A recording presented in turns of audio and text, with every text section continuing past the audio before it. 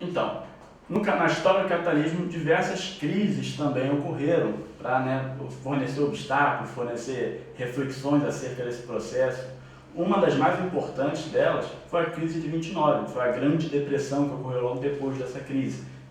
O crash da Bolsa de Nova York, na chamada Quinta-feira Negra em Nova York, foi uma crise de superprodução, na verdade.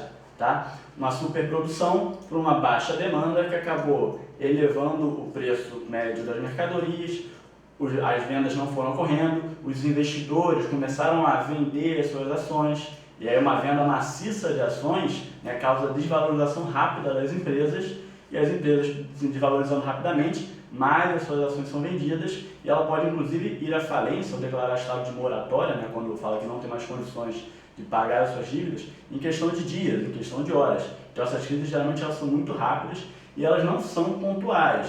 Algumas até falam que houve crises cíclicas na história do capitalismo. Essa de 29 foi muito importante. Vocês vão ver na questão que não se referencia somente a essa, mas a outras também.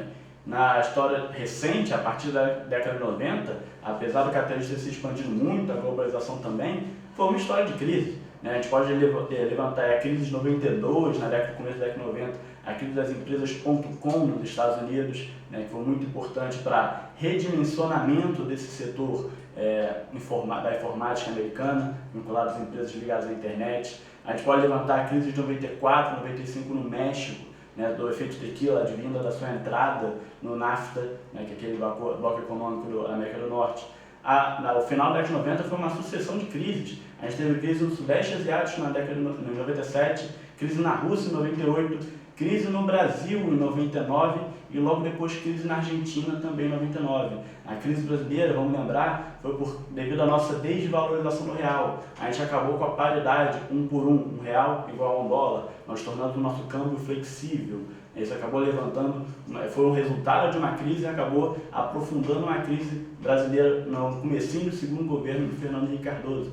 Enfim, essas crises elas são cíclicas, elas vão ocorrendo, algumas com mais intensidade, outras com menos, dependendo do contexto. Então é importante saber o que há em cada uma delas que fez com que ela fosse mais forte ou mais fraca.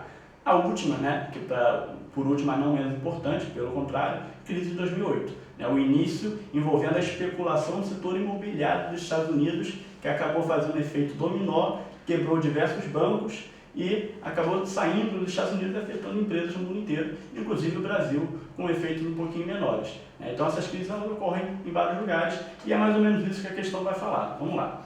Leia um texto publicado no jornal Gazeta Mercantil.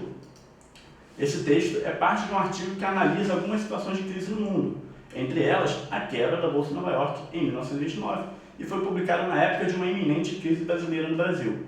É importante quando a gente lê essa partezinha e lá embaixo, olha a data ali, 5 de janeiro de 1999. Mas vamos lá. Deu no que deu. No dia 29 de outubro de 1929, uma terça-feira, praticamente não havia compradores no pregão de Nova York, só vendedores. Seguiu-se uma crise incomparável. O produto interno bruto dos Estados Unidos caiu de 104 bilhões de dólares em 29 para 56 bilhões em 33. Uma coisa inimaginável nos nossos dias, o PIB dos Estados Unidos assim.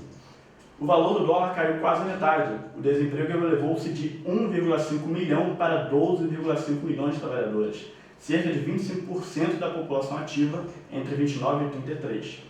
A construção civil caiu 90%. 9 milhões de aplicações tipo caderneta de poupança perderam-se com o fechamento dos bancos, foram completamente perdidas. 85 mil firmas faliram. Houve saques e norte-americanos passaram fome. Um texto que dá bastante dados aí, dados inclusive alarmantes, levanta alguns pontos importantes como as aplicações financeiras, as poupanças, que são investimentos e na falência de um banco elas se perdem também.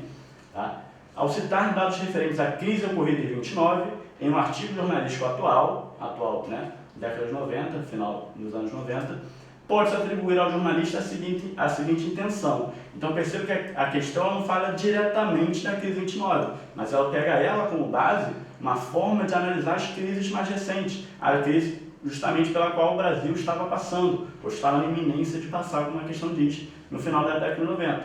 E aí vamos lá, qual a intenção do jornalista ao colocar esse texto tão alarmante, tão preocupante, como resultado de uma crise no passado, no momento de crise atual no país. Ele quer questionar a interpretação da crise? Não exatamente. A crise está ali, esses são os efeitos nefastos de uma crise, e ele não está questionando nada disso. Ele está, inclusive, colocando mais dados para deixar mais preocupante. Comunicar sobre o desemprego, ele está somente comunicando que pode haver um desemprego em massa, atingindo grande parte da população ativa? Não, ele dá mais dados sobre isso. A intenção dele é mais do que somente comunicar. E é importante entender a nuance da questão, o que ele vai cobrando isso aí. Instruir o leitor, ensinar o leitor sobre aplicações em bolsa de valores, o que é bom, o que é ruim, o que pode ser arriscado, um efeito de crise, é um risco. Não exatamente. Se ele quisesse instruir, ele deveria colocar mais dados, mais referências à atuação da bolsa de valores. Não é exatamente o que ele faz. D. Relacionar os fatos passados e presentes. Nem erro nenhum. Perceba não, ele está justamente pegando uma base naquela crise do passado, um contexto diferente, obviamente, mas aplicando na situação atual, no contexto atual. E, obviamente, ele está colocando um teor mais alarmista, quando ele fala que esses resultados da crise 29 podem acontecer no caso brasileiro, como resultado da crise brasileira.